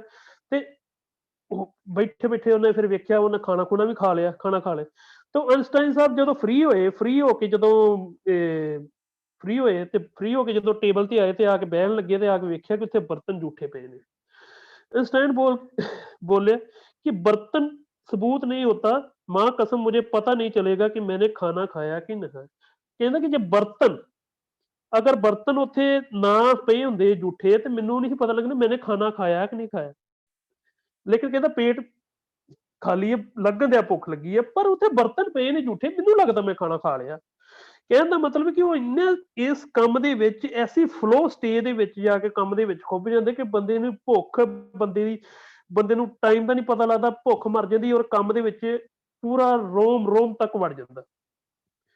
ਇਸ ਵਿੱਚ ਇਸ ਵਿਚਾਰਵਾਦ ਵਾਲੇ ਹੀ ਪਹੁੰਚਦੇ ਹਨ। ਭਾਰਤ ਦੀ ਗਲੀ ਗਲੀ ਵਿੱਚ ਕਰੋੜਪਤੀ ਮਿਲ ਜਾਂਦੇ। ਕਿਉਂ ਨਹੀਂ ਮਿਲਦੇ? ਉਹ ਇਸੇ ਕਰਕੇ ਨਹੀਂ ਮਿਲਦੇ, ਕਿਉਂ? ਕਿਉਂਕਿ ਲੋਕਾਂ ਦਾ ਧਿਆਨ ਇੱਧਰ ਉੱਧਰ ਆ ਕਿ ਮੈਂ ਉਹ ਕੀ ਕਰ ਰਿਹਾ, ਉਹਦਾ ਕਿਹਦੇ ਨਾਲ ਚੱਕਰ ਚੱਲਣ ਦਿਆ, ਉਹ ਕੀ ਕਰਨ ਦਿਆ, ਉਹ ਇੱਧਰ ਉੱਧਰ ਇੱਕ ਦੂਜੇ ਦੀ ਇਨਫੋਰਮੇਸ਼ਨਾਂ ਲੋੜ ਤੋਂ ਜ਼ਿਆਦਾ ਦੂਜਿਆਂ ਬਾਰੇ ਜਾਣਕਾਰੀਆਂ ਰੱਖਦੇ ਨੇ। ਲੇਕਿਨ ਫਲੋ ਸਟੇਜ ਵਾਲੇ ਦੁਨੀਆ पे ध्यान नहीं देते, ਇੱਧਰ ਉੱਧਰ ਦੇ ਖਿਆਲ ਜਾਂ ਇੱਧਰ ਉੱਧਰ ਦੀਆਂ ਨਜ਼ਰਾਂ ਤੇ ਲੋਕਾਂ ਤੇ ਨਜ਼ਰਾਂ ਨਹੀਂ ਲਾਉਂਦੇ। ਲਕਸ਼ ਤੋਂ ਭਟਕਣਾ ਹੈ ਤੇ ਦੁਨੀਆ ਤੇ ਧਿਆਨ ਰੱਖੋ ਕਿ ਦੁਨੀਆ ਕੀ ਕਰ ਰਹੀ ਹੈ, ਉਹ ਕੀ ਕਰ ਰਿਹਾ, ਉਹ ਕੀ ਕਿਹਨੂੰ ਮਿਲ ਰਿਹਾ, ਉਹ ਕਿੱਦਾਂ ਕਰ ਰਿਹਾ ਹੈ, ਉਹ ਕਾਮਯਾਬ ਹੋਇਆ ਕਿ ਨਹੀਂ ਹੋਇਆ, ਮੈਂ ਹੋਇਆ ਕਿ ਨਹੀਂ ਹੋਇਆ। ਠੀਕ ਹੈ, ਇੱਕ ਦੂਜੇ ਵੱਲ ਆਪਾਂ ਵੇਖਦੇ ਹਾਂ। ਠੀਕ ਹੈ ਜੀ। ਤੇ ਲੋਕੀ ਆਪਣਾ ਜ਼ਿੰਦਗੀ ਦਾ ਜੋ ਕੀਮਤੀ ਸਮਾਂ ਆ ਮਤਲਬ ਕਿ ਬੇਫਾਲਤੂ ਦੇ ਕੰਮਾਂ ਦੇ ਵਿੱਚ, ਤਾਸ਼ ਖੇਡਣ ਦੇ ਕੰਮਾਂ ਦੇ ਵਿੱਚ, ਆਪਾਂ ਮੈਰਿਜ ਦੇ ਫੰਕਸ਼ਨਸ ਆ ਗਏ ਨੇ, ਬਰਥਡੇ ਪਾਰਟੀਆਂ ਆ ਗਈਆਂ, ਕੁਛ ਨਾ ਕੁਛ ਫੰਕਸ਼ਨ ਤੁਰੇ ਰਹਿੰਦੇ ਆ। ਹਿੰਦੁਸਤਾਨ ਦੇ ਵਿੱਚ ਤਾਂ ਸਭ ਤੋਂ ਜ਼ਿਆਦਾ ਇਹਨਾਂ ਚੀਜ਼ਾਂ ਦਾ ਭਰਮਾਰ ਹੋਇਆ ਪਿਆ ਕਿ ਬੇਫਾਲਤੂ ਲੋਕ ਰੈਲੀਆਂ ਦੇ ਵਿੱਚ, ਦੂਜੇ ਕੰਮਾਂ ਦੇ ਵਿੱਚ ਆਪਣੀ ਜ਼ਿੰਦਗੀ ਦਾ ਜੋ ਕੀਮਤੀ ਸਮਾਂ ਹੈ ਆਪਾਂ ਸਾਰਾ ਬੇਫਾਲਤੂ ਕੰਮਾਂ ਵਿੱਚ ਦੇ ਦਿੰਦੇ ਹਾਂ। बट एक विचारवाद वाले लोग कभी दूसरों की ओर नहीं देखते, कभी भी एक दूजे वालों नहीं वेंदे कि अपने वो काम दे विच इन्ने बिजी हुंदे आ। इसको कहते हैं निवारण हासिल करने की कला। अपने आप ਨੂੰ ਪੂਰਾ ਸਟੀਕਤਾ ਸੇ ਇੱਕ ਤਰਫ ਨਿਵਾਰਨ ਕਰਕੇ ਆਪਣੇ ਪੂਰੇ ਫਲੋ ਸਟੇਜ ਵਿੱਚ ਉਹ ਕੰਮ ਕਰਦੇ ਨੇ ਤੇ ਉਹਦੇ ਵਿੱਚ ਕਾਮਯਾਬੀ ਹਾਸਲ ਕਰਦੇ ਨੇ। ਬਾਕੀ ਆਪਾਂ ਨੈਕਸਟ ਸਲਾਈਡ ਤੇ ਮੈਂ ਦੱਸ ਸਕਦਾ ਕਿ ਆਪਾਂ 3 ਤੋਂ 4 ਪ੍ਰੋਜੈਕਟਸ ਫੜੇ ਨੇ ਸਕਸੈਸ ਕਰਨਾ। ਚਾਰਾਂ ਤੇ ਫੋਕਸ ਕਰਨ ਨਾਲੋਂ ਚਾਰਾਂ ਦੇ ਥਰੂ ਕਾਮਯਾਬੀ ਲੈਣ ਦੀ ਬਜਾਏ ਅਗਰ ਅਸੀਂ ਇੱਕ ਪ੍ਰੋਜੈਕਟ ਤੇ ਕੰਮ ਕਰਾਂਗੇ ਤੇ ਕਾਮਯਾਬੀ ਸਾਨੂੰ ਪੱਕਾ ਮਿਲੇਗੀ 100%, ਕਿਉਂਕਿ એનર્ਜੀ ਹੈ ਤੁਹਾਡੀ ਮਾਈਂਡ ਦੀ એનર્ਜੀ ਹੈ ਡਾਇਵਰਟ ਹੋ ਜਾਂਦੀ ਹੈ। ਅਗਰ ਅਸੀਂ 3-4 ਕਾਰੋਬਾਰ ਫੜਾਂਗੇ, 3-4 ਕੰਮ ਫੜ ਕੇ ਕਵਾਂਗੇ ਮੈਂ ਕਾਮਯਾਬ ਹੋ ਜਾਵਾਂਗੇ ਤਾਂ ਕਿਸੇ ਨੂੰ ਵੀ ਟਾਈਮ ਨਹੀਂ ਦਿੱਤਾ ਜਾਂਦਾ। ਤੇ ਇਸ ਲਈ ਆਪਾਂ ਕਹਿੰਦੇ ਕਿ ਹਮੇਸ਼ਾ ਸਟੀਕਤਾ ਸੇ ਜੋ ਵੀ ਹੈ ਕਿ ਇੱਕੋ ਡਾਇਰੈਕਸ਼ਨ, ਇੱਕੋ ਪ੍ਰੋਜੈਕਟ, ਇੱਕੋ ਤੁਹਾਡੀ ਦਿਸ਼ਾ, ਇੱਕੋ ਤੁਹਾਡਾ ਸੰਕਲਪ ਹੋਣਾ ਚਾਹੀਦਾ ਕਿ ਮੈਂ ਇਸੇ ਵਿੱਚੋਂ ਇਸੇ ਨੂੰ ਤੋਂ ਕਾਮਯਾਬੀ ਹਾਸਲ ਕਰਨੀ ਹੈ ਔਰ ਤੁਹਾਨੂੰ डेफिनेटली पक्की मिलेगी, कोई भी ਤੁਹਾਨੂੰ ਉਸ ਚੀਜ਼ ਤੋਂ हरा नहीं सकता। अगला पॉइंट है ऊर्जा और ध्यान की सारी शक्तियां एक ही विषय पर केंद्रित करता है, इसे कहते हैं एक विचारवाद। ਹੁਣ ਸੇਲਸ ਵਗੈਰਾ ਦੇ ਜਿੱਦਾਂ ਗੱਲ ਕਰ ਲੈਣਾ ਮੈਂ ਕਿ ਜਿੱਦਾਂ ਸੇਲ ਵਗੈਰਾ ਕਹਿੰਦੇ ਕਿ ਸੇਲ ਡਾਊਨ ਆਉਂਦੀ ਹੈ, ਸੇਲ ਡਾਊਨ ਆ ਗਈ ਹੈ ਇਸ ਵਾਰ, ਆਪਕੋ ਭ੍ਰਮ ਹੈ, ਲੋਕਾਂ ਨੂੰ ਭ੍ਰਮ ਹੁੰਦਾ ਹੈ ਕਿ ਮਾਰਕੀਟ ਡਾਊਨ ਹੈ, ਮਾਰਕੀਟ ਡਾਊਨ ਕਰਕੇ ਸੇਲ ਹੋਈ ਹੈ, ਡਾਊਨ ਆ ਜੀ। ਮਾਰਕੀਟ ਅਗਰ ਡਾਊਨ ਹੈ ਤੇ ਉਹਦੇ ਨਾਲ ਤੇ 5% ਹੀ ਸੇਲ ਡਾਊਨ ਹੁੰਦੀ ਹੈ, 95% ਤਾਂ ਤੁਹਾਡੇ ਭ੍ਰਮ ਦੇ ਨਾਲ ਆਉਂਦੀ ਹੈ ਕਿ ਤੁਹਾਨੂੰ ਭੈ, ਤੁਹਾਨੂੰ ਡਰ, ਮਨ ਦੇ ਅੰਦਰ ਖੌਫ ਹੁੰਦਾ। ਹੁਣ ਇੱਕ ਛੋਟੀ ਜਿਹੀ ਗੱਲ ਹੈ, ਇੱਕ गांव था, एक गांव में एक साधु बैठा था, ਮਕੀ गांव ਦੇ ਬਾਹਰ ਇੱਕ ਸਾਧੂ ਆਪਣਾ ਡੇਰਾ ਲਗਾ ਕੇ ਬੈਠਾ। ਇੱਕ ਕਾਲੀ ਆਉਂਦੀ ਹੈ, ਤੂਫਾਨ ਹੁੰਦਾ ਹੈ ਤੇ ਅੱਗੋਂ ਸਾਧੂ ਸਾਹਿਬ ਪੁੱਛਦੇ ਨੇ ਕਿ ਕਿੱਧਰ ਆਈ, ਕੀ ਕਰਨਾ ਜੀ, ਕੌਣ ਹੈ ਤੂੰ? ਤੇ ਕਹਿੰਦੀ ਮੈਂ ਮੌਤ, ਤੇ ਕਹਿੰਦੀ ਮੈਂ 6-7 ਦਿਨ ਰਵਾਂਗੀ ਇੱਥੇ ਤੇ ਮੈਂ 10,000 ਲੋਕਾਂ ਨੂੰ ਲੈ ਕੇ ਜਾਣਾ। ਤੇ ਠੀਕ ਹੈ, ਉਹ 3 ਦਿਨ ਹੀ ਹੁੰਦੇ ਆ, 3 ਦਿਨ ਹੀ ਲੰਘਦੇ ਆ ਤੇ 40,000 ਤੋਂ ਪਲੱਸ ਲੋਕ ਟਪਕੇ ਜਾਂਦੇ ਨੇ। ਤੇ ਉਹ ਹੈਰਾਨ ਰਹਿੰਦਾ ਸਾਧੂ ਵੇਖ ਵੇਖ ਕੇ ਕਿ ਇਹ ਤਾਂ ਜ਼ਿਆਦਾ ਹੀ ਕੰਮ, ਕਿ ਇਹਨੇ 10,000 ਕਿਹਾ ਸੀ, ਇਹਨੇ 3 ਦਿਨਾਂ 'ਚ 40,000 ਲੋਕ ਟਪਕ ਗਏ ਨੇ। ਤੇ 7 ਦਿਨ ਜਦੋਂ ਕੰਪਲੀਟ ਹੁੰਦੇ ਨੇ ਤਾਂ 75,000 ਲੋਕ ਮਰ ਜਾਂਦੇ ਨੇ। ਤੇ ਜਦੋਂ ਆਉਂਦੀ ਵਾਪਸ ਜਾਂਦੀ ਹੁੰਦੀ ਆ ਤਾਂ ਸਾਧੂ ਕਹਿੰਦਾ ਕਿ ਤੂੰ ਮੇਰੇ ਨਾਲ ਤੇ ਵਾਅਦਾ ਕੀਤਾ ਸੀ ਕਿ ਤੂੰ 10,000 ਹੀ ਲੋਕ ਲੈ ਕੇ ਜਾਵੇਂਗੀ, ਤੂੰ ਆ ਫਿਰ ਝੂਠ ਬੋਲਿਆ, ਤੂੰ ਮੇਰੇ ਨਾਲ ਵਾਅਦਾ ਤੋੜਿਆ, ਤੂੰ ਗਲਤ ਕੀਤਾ। ਉਹ ਅੱਗੋਂ ਆਉਂਦੀ ਕਹਿੰਦੀ ਮੈਂ ਤਾਂ 10,000 ਲੋਕਾਂ ਨੂੰ ਲੈ ਕੇ ਚੱਲੀ ਆ, ਬਾਕੀ ਤਾਂ ਮੇਰੇ ਭੈ ਨਾਲ ਹੀ ਮਰ ਗਏ, ਬਾਕੀ ਤਾਂ ਬ੍ਰਹਮ ਦੇ ਨਾਲ ਹੀ ਮਰ ਗਏ, ਡਰ ਦੇ ਨਾਲ ਹੀ, ਖੌਫ ਦੇ ਨਾਲ ਹੀ ਮਰ ਗਏ ਮੇਰੇ ਨਾਲ। ਠੀਕ ਹੈ ਜੀ। ਇਸੇ ਕਰਕੇ ਕਹਿੰਦੇ ਉਤਨੀ ਮਾਰਕੀਟ ਦੀ ਡਾਊਨਫਾਲ ਨਾਲ ਨਹੀਂ ਲੋਕ ਮਰਦੇ ਜਿੰਨੇ ਭੈ ਨਾਲ ਮਰਦੇ ਆ। जिनका ध्यान जिनको दुनिया की नॉलेज कम हो ना ਉਹ ਹਮੇਸ਼ਾ ਅੱਗੇ ਵਧਦੇ ਆ। ਦੁਨੀਆ ਦੀ ਬਾਹਰ ਦੀ ਨੌਲੇਜ, ਇੱਧਰ ਉੱਧਰ ਦੀਆਂ ਖਬਰਾਂ ਘੱਟ ਰੱਖਦੇ ਨਾ ਲੋਕ, ਉਹ ਹਮੇਸ਼ਾ ਅੱਗੇ ਜ਼ਿਆਦਾ ਵਧਦੇ ਨੇ। ठीक है। बाहर का सामान अगर ज्यादा होता है ना तो अंदर सामान नहीं होता। बैंक ਵਿੱਚ बैलेंस ਘੱਟ ਹੁੰਦਾ ਕਿ ਬਾਹਰ ਦੀ ਨੌਲੇਜ ਲੋੜ ਤੋਂ ਜ਼ਿਆਦਾ ਹੈ, ਅੰਦਰ ਸਾਡੇ ਕੁਝ ਵੀ ਨਹੀਂ ਹੁੰਦਾ। ਉਹ ਲੋਕ ਕੰਮ ਹੀ ਹੁੰਦੇ ਆ ਜਿਨ੍ਹਾਂ ਨੇ ਬਾਹਰੀ ਗਿਆਨ ਨੂੰ ਆਪਣੇ ਟੂਲਸ ਬਣਾ ਕੇ ਯੂਜ਼ ਕਰ ਜਾਂਦੇ ਨੇ। ਠੀਕ ਹੈ ਜੀ। ਹੁਣ ਜ਼ਿੰਦਗੀ ਵਿੱਚ ਕੇਂਦਰਿਤ ਹੋਣ ਲਈ ਜ਼ਿਆਦਾ ਗਿਆਨ ਨਹੀਂ ਚਾਹੀਦਾ, ਵਿਵਹਾਰਿਕ ਗਿਆਨ ਚਾਹੀਦਾ ਜਿਹੜਾ ਤੁਹਾਨੂੰ ਕੰਮ ਦੇ ਵਿੱਚ ਕਾਮਯਾਬ ਕਰੇ, ਉਹ ਗਿਆਨ ਚਾਹੀਦਾ। ਦੀਨ ਦੁਨੀਆ ਦੇ ਗਿਆਨਾਂ ਦਾ ਕੀ ਕਰਨਾ। ਹੁਣ ਜਿੱਥੇ ਜਿਹਨੂੰ ਜ਼ਿਆਦਾ ਜਰਨਲ ਨੌਲੇਜ ਹੁੰਦੀ ਹੈ, ਜ਼ਿਆਦਾ ਜਰਨਲ ਨੌਲੇਜ ਹੁੰਦੀ ਹੈ, ਉਹ ਇੱਕ ਜਗ੍ਹਾ ਟਿਕ ਹੀ ਨਹੀਂ ਸਕਦਾ। ਉਹ ਤਾਂ ਪੰਚਾਇਤਾਂ ਕਰਨਾ ਸ਼ੁਰੂ ਕਰ ਦਿੰਦੇ ਨੇ, ਕਿਤੇ ਵੀ ਜਾਣਗੇ ਮਤਲਬ ਪੰਚਾਇਤਾਂ ਸ਼ੁਰੂ ਕਰ ਦੇਣਗੇ। ਉਹ ਬਹੁਤ ਨੌਲੇਜ ਆ ਮੈਨੂੰ, ਮੇਰੇ ਜਿੰਨੀ ਨੌਲੇਜ ਹੈ ਹੀ ਕਿਸੇ ਨੂੰ ਨਹੀਂ, ਮੈਂ ਬਸ ਸਾਰੀ ਦੁਨੀਆ ਵੇਖੀ ਹੈ, ਮੈਂ ਸਭ ਕੁਝ ਵੇਖ ਲਿਆ, ਮੈਂ ਵੀ ਕਰ ਲਿਆ, ਮੈਂ ਵੀ ਕੰਪਨੀਆਂ ਕਰ ਲਈਆਂ, ਮੈਂ ਵੀ ਕਰ ਲਿਆ, ਉਹ ਵੀ ਵੇਖ ਲਿਆ। ਬਹੁਤ ਜ਼ਿਆਦਾ ਆਪਣਾ ਧਿਆਨ ਲਾਉਂਦੇ ਨੇ, ਮਤਲਬ ਆਪਣੀ ਲੋੜ ਤੋਂ ਜ਼ਿਆਦਾ ਸ਼ੋਅ ਕਰਨਗੇ ਕਿਉਂਕਿ ਜਰਨਲ ਨੌਲੇਜ ਜ਼ਿਆਦਾ ਹੋ ਗਈ ਇਕੱਠੀ, ਜਿਹੜੀ ਲੋੜ ਨਹੀਂ ਹੈਗੀ। ਠੀਕ ਹੈ ਜੀ। ਹੁਣ ਪਾਗਲ ਬੰਦਾ ਵੇਖ ਲਓ, ਹਮੇਸ਼ਾ ਜਦੋਂ ਵੀ ਕੋਈ ਪਾਗਲ ਬੰਦਾ ਵੇਖੋਗੇ ਤਾਂ ਪਾਗਲ ਬੰਦਾ ਹਮੇਸ਼ਾ ਤੁਹਾਨੂੰ ਮਜ਼ਬੂਤ ਮਿਲੇਗਾ। ਕਿਉਂ? ਕਿਉਂਕਿ ਉਹਨੂੰ ਖਾਣਾ ਪੀਣਾ ਮਸਤ ਰਹਿਣਾ, ਇਹ ਤੋਂ ਇਲਾਵਾ ਉਹਨੂੰ ਕੋਈ ਟੈਨਸ਼ਨ ਨਹੀਂ ਹੋਗਾ। ਤੇ ਜਿਹੜਾ ਜ਼ਿਆਦਾ ਬ੍ਰਹਮ ਗਿਆਨੀ ਬਣ ਜਾਂਦੇ ਨੇ, ਜਿਹੜੇ ਵੱਡੇ ਵੱਡੇ ਗਿਆਨੀ ਹੁੰਦੇ ਨੇ, ਉਹ ਐਂ ਲੱਗਦਾ ਜਿੱਦਾਂ ਕਿੱਲੀ ਦੇ ਉੱਤੇ ਕੱਪੜੇ ਸੁੱਕਣੇ ਪਾਏ ਨੇ, ਇਸ ਪੋਜੀਸ਼ਨ 'ਚ ਹੁੰਦੇ ਨੇ। ਇੱਕ ਛੋਟੀ ਜਿਹੀ ਸਟੋਰੀ ਆ ਮਾਸਟਰ ਸਾਹਿਬ ਦੀ, ਹੋ ਸਕਦਾ ਥੋੜੀ ਫਨੀ ਵੀ ਹੋਏ ਤੇ ਤੁਸੀਂ ਧਿਆਨ ਨਾਲ ਸੁਣਿਓ। ਇੱਕ ਮਾਸਟਰ ਜੀ ਸੀ, ਬਹੁਤ ਗਿਆਨੀ ਸੀ, ਲੇਕਿਨ ਉਹਨੂੰ ਆਪਣੇ ਆਪ ਤੇ ਬਹੁਤ ਘਮੰਡ ਸੀ ਕਿ ਮੈਨੂੰ ਜਿੰਨੀ ਨੌਲੇਜ ਮੇਰੇ 'ਚ ਹੈ ਉਨੀ ਨੌਲੇਜ ਹੋਰ ਕਿਸੇ ਨੂੰ ਨਹੀਂ ਹੈਗੀ। ਤੇ ਉਹ ਸਕੂਲੇ ਰਾਉਂਡ ਤੇ ਨਿਕਲਦਾ ਤੇ ਪਹਿਲੇ ਤੇ ਨਿਕਲਦਾ ਤੇ ਵੇਂਹਦਾ ਕਿ ਬੱਚੇ ਉੱਥੇ ਨਾ ਕੰਚੇ ਵਗੈਰਾ ਖੇਡਣ ਦੇ ਹੁੰਦੇ 3-4 ਬੱਚੇ, ਤੇ ਬੱਚੇ ਇਹਨੂੰ ਕਹਿੰਦਾ, "ਓ ਰਾਮੂ ਸ਼ਾਮੂ, ਤੂਨੇ ਕਦੀ ਤਾਜ ਮਹਿਲ ਵੇਖਿਆ?" ਉਹ ਕਹਿੰਦਾ, "ਮਾਸਟਰ ਜੀ ਨਹੀਂ ਵੇਖਿਆ।" "ਅਰੇ ਕਦੀ ਬਾਹਰ ਬੂਰ ਵੀ ਨਿਕਲਿਆ ਕਰੋ, ਕਦੀ ਦੀਨ ਦੁਨੀਆ ਵੇਖਿਆ ਕਰੋ, ਇੱਥੇ ਪੜੇ ਰਹਿ ਜਾਓਗੇ।" ਕਹਿੰਦੇ, "ਓਕੇ ਸਰ ਜੀ।" ਦੂਜੇ ਦਿਨ ਫਿਰ ਜਾਂਦਾ ਮਾਸਟਰ, "ਓਏ ਕਦੀ ਤੁਸੀਂ ਲਾਲ ਕਿਲ੍ਹਾ ਵੇਖਿਆ?" ਕਹਿੰਦੇ, "ਨਹੀਂ ਸਰ ਮਾਸਟਰ ਜੀ ਅਸੀਂ ਲਾਲ ਕਿਲ੍ਹਾ ਨਹੀਂ ਵੇਖਿਆ।" ਤੇ ਉਹ ਮਾਸਟਰ ਜੀ ਫਿਰ ਉਹ ਫਿਰ ਅੱਗੋਂ ਕਿ ਕਦੀ ਬਾਹਰ ਵੀ ਨਿਕਲਿਆ ਕਰੋ, ਦੀਨ ਦੁਨੀਆ ਵੇਖਿਆ ਕਰੋ, ਇੱਥੇ ਪੜੇ ਰਹਿ ਜਾਓਗੇ। ਓਕੇ ਮਾਸਟਰ ਜੀ। ਤੀਜੇ ਦਿਨ ਫਿਰ ਉਹੀ ਕਹਾਣੀ ਸੇਮ, ਕੁਤਬ ਮੀਨਾਰ ਵੇਖਿਆ? ਉਹ ਕਹਿੰਦਾ ਨਹੀਂ ਵੇਖਿਆ ਜੀ। ਤੇ ਮਾਸਟਰ ਜੀ ਫਿਰ ਉਹੀ ਆਪਣੇ ਬਚਨ ਦੇ ਦਿੰਦੇ ਨੇ ਤੇ ਅੱਗੋਂ ਫਿਰ ਬੱਚਾ ਕਹਿੰਦਾ ਠੀਕ ਹੈ ਮਾਸਟਰ ਜੀ। ਉਹ ਇੱਕ ਵਿੱਚ ਹੁੰਦਾ ਪੱਪੂ, ਉਹਨੂੰ ਥੋੜਾ ਜਿਹਾ ਨਾ ਆ ਜਾਂਦਾ ਕਿ ਯਾਰ ਮਾਸਟਰ ਜੀ ਸਾਨੂੰ ਰੋਜ਼ ਹੀ ਗੱਲਾਂ ਕਰ ਜਾਂਦੇ ਆ, ਅਗਲੇ ਦਿਨ ਆਉਣ ਦਿਓ ਮਾਸਟਰ ਜੀ ਨੂੰ, ਇਹਨਾਂ ਨੂੰ ਮੈਂ ਫਿਰ ਸਵਾਲ ਪੁੱਛਦਾ। ਚੌਥੇ ਦਿਨ ਫਿਰ ਮਾਸਟਰ ਜੀ ਆਉਂਦੇ ਨੇ, सवाल पूछने लगते हैं। तो वो अगों कहता, गुरु जी आपने कभी रामू को देखा है? तो वो कहता है नहीं। कहता नहीं देखा। तो कहता आगे बोलता पप्पू बोलता, मास्टर जी कभी घर पे भी रहा करो ना। तो कहने का मतलब है कि ਆਪਾਂ ਨੂੰ ਜ਼ਿੰਦਗੀ ਵਿੱਚ ਕੇਂਦਰਿਤ ਹੋਣ ਲਈ ਜ਼ਿਆਦਾ ਗਿਆਨ ਨਹੀਂ ਚਾਹੀਦਾ, ਵਿਵਹਾਰਿਕ ਗਿਆਨ ਚਾਹੀਦਾ। ਠੀਕ ਹੈ ਜੀ। ਸਚਿਨ ਤੰਦੂਲਕਰ ਅਗਰ 10ਵੀਂ ਜਾਂ 12ਵੀਂ ਪਾਸ ਨਹੀਂ ਕੀਤੀ ਜਦੋਂ ਉਹਨੇ ਦੁਨੀਆ ਨੂੰ ਹਿਲਾ ਚੁੱਕਿਆ ਸੀ। ਅਗਰ ਉਹ MBA ਵਗੈਰਾ ਕਰਕੇ ਕਿਉਂਕਿ ਮਾਸਟਰ ਡਿਗਰੀ ਕਰਕੇ ਹੁਣ ਮੈਂ ਕ੍ਰਿਕਟ ਦੇ ਵਿੱਚ ਜਾਵਾਂ ਤਾਂ ਕ੍ਰਿਕਟ 'ਚ ਹੀ ਨਹੀਂ ਹੁੰਦਾ, ਆਪਾਂ ਨੂੰ ਪਤਾ ਵੀ ਨਹੀਂ ਹੁੰਦਾ। ਕਹਿਣ ਦਾ ਮਤਲਬ ਕਿ ਆਪਣਾ ਜਿਹੜਾ ਫੋਕਸ ਹੈ ਨਾ, ਆਪਣਾ ਫੋਕਸ ਜਿਹੜਾ ਆ, ਜਿੱਦਾਂ ਆਪਾਂ ਕੰਪਾਸ ਹੁੰਦੀ ਨਾ, ਸਾਰਿਆਂ ਨੂੰ ਪਤਾ ਹੋਏਗਾ ਕੰਪਾਸ ਕੀ ਹੁੰਦੀ ਆ, ਆਪਾਂ ਗੋਲ ਕਰਦੇ ਹਾਂ, ਆਪਾਂ ਸਕੂਲ ਟਾਈਮ ਯੂਜ਼ ਕਰਦੇ ਰਹੇ। ਕੰਪਾਸ ਨੂੰ ਅਸੀਂ ਜਿੰਨਾ ਜ਼ਿਆਦਾ ਖੋਲਾਂਗੇ ਨਾ, ਓਨਾ ਹੀ ਵੱਡਾ ਘੇਰਾ ਬਣ ਜਾਏਗਾ, ਔਰ ਕੰਪਾਸ ਨੂੰ ਅਸੀਂ ਜਿੰਨਾ ਛੋਟਾ ਕਰਾਂਗੇ ਓਨਾ ਹੀ ਆਪਾਂ ਨੂੰ ਕੇਂਦਰਿਤ ਹੋਏਗਾ, ਯਾਨੀ ਕਿ ਸੈਂਟਰਲਾਈਜ਼ ਯੋਰ ਫੋਕਸ, ਤੁਹਾਡਾ ਫੋਕਸ ਓਨਾ ਹੀ ਕੇਂਦਰ ਹੋਏਗਾ, ਓਨੀ ਸਟੀਕਤਾ ਨਾਲ ਤੁਸੀਂ ਉਸ ਚੀਜ਼ ਤੇ वर्क कर सकते हो। नेक्स्ट पॉइंट है, कोशिश मत करो बस इसे कर दो का संकल्प पैदा करता है एक विचारवाद। ठीक है जी। कोशिश करता हूं, करते हैं, करेंगे, वो क्यों नहीं करते? क्योंकि उन्होंने शंका होती है, शंका अपने प्रोफैशन ਤੇ ਕਿ ਪ੍ਰੋਫੈਸ਼ਨ ਤੇ ਆਪਾਂ ਇਸ ਚੀਜ਼ ਦੀ ਜਿਹੜੀ ਵਿਚਾਰ ਆ ਜਸਟ ਡੂ ਇਟ ਦਾ, ਉਹ ਤਦ ਹੀ ਹੈ ਕਿ ਜਦੋਂ ਆਪਾਂ ਆਪਣੇ ਪ੍ਰੋਫੈਸ਼ਨ ਨੂੰ ਪਿਆਰ ਕਰਾਂਗੇ। ਤੇ ਲੋਕ ਕੀ ਕਰਦੇ ਨੇ, ਸ਼ੰਕਾ ਕਰਦੇ ਨੇ, ਆਪਣੇ ਆਪ ਤੇ ਵੀ ਸ਼ੰਕਾ ਹੁੰਦੀ ਆ, ਆਪਣੇ ਪ੍ਰੋਫੈਸ਼ਨ ਤੇ ਵੀ ਸ਼ੰਕਾ ਹੁੰਦੀ ਆ, ਆਪਣੇ ਪ੍ਰੋਡਕਟਸ ਤੇ ਵੀ ਸ਼ੰਕਾ ਹੁੰਦੀ ਆ ਕਿ ਪਤਾ ਨਹੀਂ ਹੋਣਾ ਕਿ ਨਹੀਂ ਹੋਣਾ। ਉਹ ਜਦੋਂ ਤੱਕ ਮਨ ਦੇ ਵਿੱਚ ਸ਼ੰਕਾ ਵਗੈਰਾ ਦੂਰ ਨਹੀਂ ਨਾ ਹੁੰਦੀ, ਉਦੋਂ ਤੱਕ ਇਸ ਚੀਜ਼ ਦੇ ਵਿੱਚ ਆਪਾਂ ਕਿਤੇ ਵੀ ਹੱਲ ਨਹੀਂ ਪਾ ਸਕਦੇ। ਹਰ ਸੈਕਟਰ ਇੱਕ ਬੁਰੇ ਦੌਰ ਤੋਂ ਲੰਘਿਆ। ਉਹ ਕਹਿੰਦੇ ਕਿ ਇਹ ਜਿੱਦਾਂ ਬਹੁਤ ਔਖਾ ਆ, ਜੁਐਲਰੀ ਸੈਕਟਰ ਲਾ ਲਓ, ਬਾਲੀਵੁੱਡ ਸੈਕਟਰ ਲਾ ਲਓ, ਹਾਲੀਵੁੱਡ ਸੈਕਟਰ ਲਾ ਲਓ, ਡਾਇਰੈਕਟ ਸੇਲਿੰਗ ਬੜੇ ਬੜੇ ਬੁਰੇ ਦੌਰ ਚੋਂ ਲੰਘ ਕੇ ਆਈ ਹੈ। ਪਰ ਕਾਮਯਾਬ ਉਹੀ ਹੋਏ ਨੇ ਜਿਹੜੇ ਲੋਕ ਇੱਕ ਪ੍ਰੋਪਰ ਕੰਸਿਸਟੈਂਟ ਹੋ ਕੇ ਜਾਂ ਪ੍ਰੋਪਰ ਐਫਰਟ ਲਾ ਕੇ ਜਾਂ ਪ੍ਰੋਪਰ ਉਹਨਾਂ ਮੁਸ਼ਕਲਾਂ ਵਿੱਚੋਂ ਲੰਘ ਕੇ ਆਏ ਨੇ। ਅੱਜ ਦੀ ਤਰੀਕ 'ਚ ਉਹ ਸਾਰੇ ਸਕਸੈਸਫੁਲ ਹੋਏ। ਹੁਣ ਘਰ ਦੇ ਵਿੱਚ ਆਪਣੀ ਤੁਸੀਂ ਆਪਣੀ ਅਗਰ ਆਪਣੇ ਨਾਲ ਰਿਲੇਟ ਕਰਕੇ ਵੇਖੀਏ ਕਿ ਆਪਣੀ ਪਾਰਟਨਰ ਹੀ ਲਾ ਲਓ ਕਿ ਹਸਬੈਂਡ ਹੈ ਉਹਦੀ ਵਾਈਫ ਜਾਂ ਵਾਈਫ ਹੈ ਉਹਦੇ ਹਸਬੈਂਡ ਦੀ, ਅਗਰ ਉਹ ਬਾਈ ਚਾਂਸ ਮੰਨ ਲਓ ਬਿਮਾਰ ਹੋ ਜਾਂਦਾ, ਤੁਸੀਂ ਕੀ ਕਰੋਗੇ? ਬਿਮਾਰ ਹੋ ਗਿਆ ਤੁਹਾਨੂੰ ਬਦਲ ਦੋਗੇ? ਆਪਸ਼ਨ ਹੈ, ਨਹੀਂ ਬਦਲ ਸਕਦੇ ਨਾ। ਮੰਨ ਲਓ ਬਿਮਾਰ ਹੈ, ਬਿਮਾਰ ਤੋਂ ਵੀ ਵੱਡੀ ਬਿਮਾਰੀ ਲਾ ਲਓ, ਕੋਈ ਬਹੁਤ ਵੱਡੀ ਬਿਮਾਰੀ ਹੈ, ਤਾਂ ਵੀ ਕੀ ਕਰੋਗੇ? ਬਦਲ ਦੋਗੇ? ਨਹੀਂ ਬਦਲ ਸਕਦੇ ਨਾ। ਕਿ ਆਪਾਂ ਉਸ ਚੀਜ਼ ਨੂੰ ਉਹਨੂੰ ਠੀਕ ਕਰਨਾ ਪਏਗਾ, ਉਹਦੇ ਨਾਲ ਚੱਲਣਾ ਪਏਗਾ। ਲੇਕਿਨ ਆਪਾਂ ਕੀ ਕਰਦੇ ਹਾਂ, ਆਪਾਂ ਆਪਣੇ ਪ੍ਰੋਜੈਕਟ ਤੇ ਇਸ ਚੀਜ਼ ਬਾਰੇ ਸ਼ੰਕਾ ਕਰਕੇ ਆਪਾਂ ਪਿੱਛੇ ਹਟ ਜਾਂਦੇ ਹਾਂ। ਇਸ ਕਰਕੇ ਕਹਿੰਦੇ ਕਿ ਆਪਣੀ ਪ੍ਰੋਜੈਕਟ ਨਾਲ, ਆਪਣੇ ਕਾਰੋਬਾਰ ਨਾਲ, ਆਪਣੀ ਕੰਪਨੀ ਨਾਲ ਇੰਨਾ ਪ੍ਰੇਮ ਕਰੋ ਕਿ ਤੁਹਾਨੂੰ ਪੂਰਾ ਤੁਹਾਡਾ ਮਨ ਧਨ ਉਹਦੇ ਵਿੱਚ ਲੱਗ ਜੇ।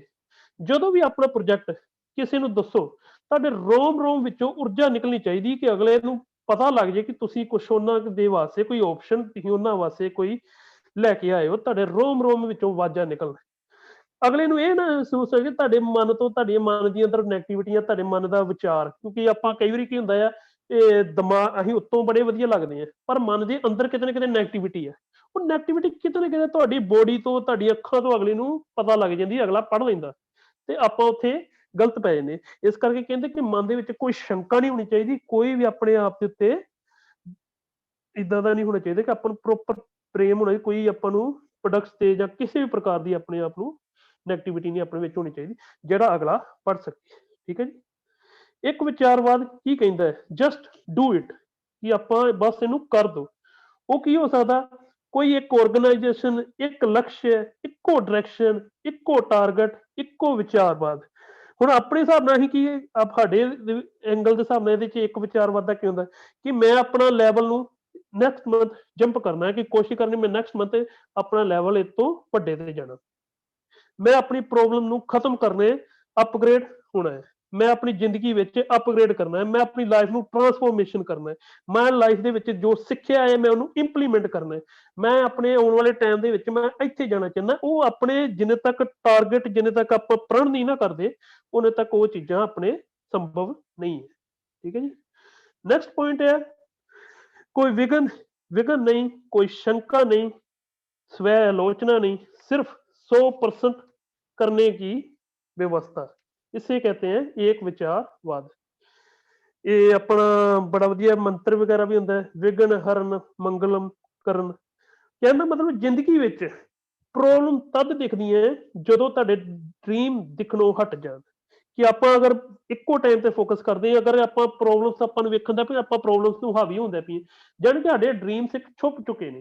ਤੇ ਜਦੋਂ ਸਾਡੇ ਡ੍ਰੀਮ ਸਾਨੂੰ ਬਾਹਰ ਆ ਜਾਣਗੇ, ਜੇ ਤੁਹਾਡੇ ਡ੍ਰੀਮ ਤੁਸੀਂ ਆਪਣੇ ਉਜਾਗਰ ਕਰੋਗੇ, ਡ੍ਰੀਮਸ ਤੁਹਾਡੇ ਬਾਹਰ ਆਉਣਗੇ ਨਾ, ਤੇ ਆਟੋਮੈਟਿਕਲੀ ਇਹ ਤੁਹਾਡੀਆਂ ਪ੍ਰੋਬਲਮ ਛੁਪ ਜਾਣਗੀਆਂ।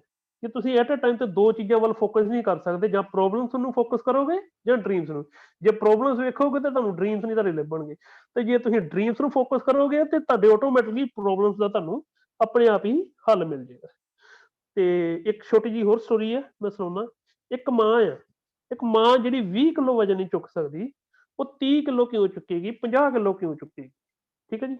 ਬਟ ਜਦੋਂ ਉਸ ਮਾਂ ਦਾ ਬੇਟਾ ਇੱਕ ਮਿੰਨੀ ਟਰੱਕ ਦੇ ਥੱਲੇ ਆ ਰਿਹਾ ਸੀ, ਉਹ ਟਰੱਕ ਨੂੰ ਉਸ ਮਾਂ ਦੇ ਵਿੱਚ ਇੰਨੀ ਤਾਕਤ ਆ ਗਈ ਕਿ ਉਹਨੇ ਉਹ ਟਰੱਕ ਨੂੰ ਹੀ ਚੁੱਕ ਦਿੱਤਾ।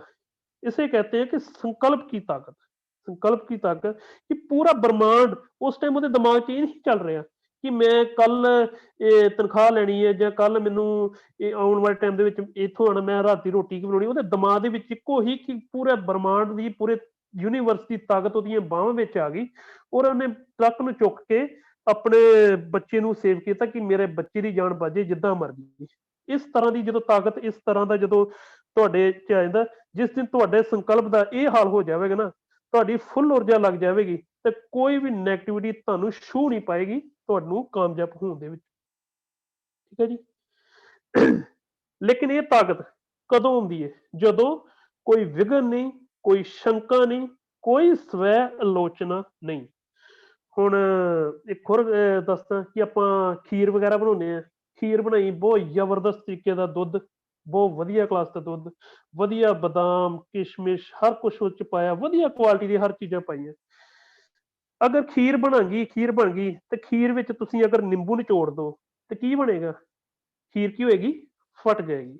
ਤੇ ਆਪਣੀ ਜ਼ਿੰਦਗੀ ਵਿੱਚ ਨਿੰਬੂ ਦਾ ਕੰਮ ਕੀ ਕਰ ਰਿਹਾ ਹੈ? ਨੈਗੇਟਿਵ ਵਿਚਾਰ। ਠੀਕ ਹੈ ਜੀ। ਨੈਗੇਟਿਵ ਵਿਚਾਰ। ਤੁਸੀਂ ਇਹ ਫੋਟੋ ਵਿੱਚ ਵੇਖ ਰਹੇ ਹੋਗੇ ਕਿ ਗੱਡੀ ਹੈ, ਗੱਡੀ ਨੂੰ ਪੇੜ ਦੇ ਨਾਲ ਬੰਨਿਆ ਹੋਇਆ। ਕਹਿਣ ਦਾ ਮਤਲਬ ਕੀ ਹੈ ਕਿ ਗੱਡੀ ਆ, ਆਪਾਂ ਜਿੰਨਾ ਵੀ ਆਪਾਂ ਜ਼ੋਰ ਲਾ ਰਹੇ ਹਾਂ, ਕੁਛ ਵੀ ਬੜਾ ਕੁ ਕਰ ਰਹੇ, ਲੇਕਿਨ ਮਨ ਦੇ ਵਿੱਚ ਜਿਹੜੀ ਸ਼ੰਕਾ ਆ, ਮਨ ਦੇ ਵਿੱਚ ਆਲੋਚਨਾ ਆ, ਜਿੰਨੇ ਤੱਕ ਉਹ ਨਹੀਂ ਨਾ ਬਾਹਰ ਨਿਕਲਦੀ, ਅਸੀਂ ਸੋਚਦੇ ਕਿ ਰਿਜ਼ਲਟ ਤੁਹਾਨੂੰ ਵਧੀਆ ਮਿਲ ਜੇ, ਪਰ ਆਪਾਂ ਅੰਦਰੋਂ ਥੋੜੇ ਜਿੱਦਾਂ ਦੇ ਹੈਗੇ ਉਦਾਂ ਰਹੀਏ, ਉਹਨੇ ਤੱਕ ਤੁਹਾਨੂੰ ਜਿਹੜੀ ਐਕਸੀਲੇਟਰ ਆ ਤੁਸੀਂ ਜਿੰਨਾ ਮਰਜ਼ੀ ਦਬਾ ਲਓ, ਪਰ ਤੁਹਾਡਾ ਜਿਹੜਾ ਪਿੱਛੋਂ ਨੈਗੇਟਿਵਿਟੀ ਵਿਚਾਰਾਂ ਨੇ ਫੜ ਕੇ ਰੱਖਿਆ ਨਾ, ਉਹ ਤੁਹਾਨੂੰ ਅੱਗੇ ਨਹੀਂ ਵਧਣ ਦੇਗਾ। ਇਸ ਕਰਕੇ ਕਹਿੰਦੇ ਕਿ ਮਨ ਦੇ ਵਿੱਚੋਂ ਪੂਰੀਆਂ ਸ਼ੰਕਾ ਵਗੈਰਾ ਕੋਈ ਵੀ 99% ਨਹੀਂ ਚਾਹੀਦਾ, ਟੋਟਲ 100% ਚਾਹੀਦਾ ਫੇਥ। ਜਿੰਨੇ ਤੱਕ ਤੁਹਾਡਾ 100% ਪੂਰਾ ਫੇਥ ਨਹੀਂ ਇਹਦੇ ਤੇ ਹੁੰਦਾ, ਉਹਨੇ ਤੱਕ ਕੋਈ ਵੀ ਕਿਸੇ ਵੀ ਤਰੀਕੇ ਦੀ ਤੁਹਾਨੂੰ ਕਾਮਯਾਬੀ ਮਿਲਦੇ ਵਿੱਚ ਨਹੀਂ ਮਿਲ ਸਕਦੀ। ਤੇ ਹੁਣ ਨੈਕਸਟ ਪੁਆਇੰਟ, ਇੱਕ ਬਹੁਤ ਜ਼ਬਰਦਸਤ ਟੈਕਨੀਕ ਆ, ਅਗਰ ਮੇ ਬੀ ਤੁਹਾਨੂੰ ਪਤਾ ਵੀ ਹੋਏ, ਨਹੀਂ ਤੇ ਚਲੋ ਮੈਂ ਦੱਸ ਦਿੰਦਾ। ਦਾ ਪੋਮੋਡੋਰਾ ਟੈਕਨੀਕ, ਇਹ ਬਹੁਤ ਜ਼ਬਰਦਸਤ ਟੈਕਨੀਕ ਹੈ ਆਪਣੇ ਧਿਆਨ ਨੂੰ ਕੇਂਦਰ ਕਰਨ ਵਾਸਤੇ ਔਰ ਆਪਣੇ ਆਪ ਨੂੰ ਕਾਮਯਾਬ ਕਰਨ ਵਾਸਤੇ। ਕਿਉਂ?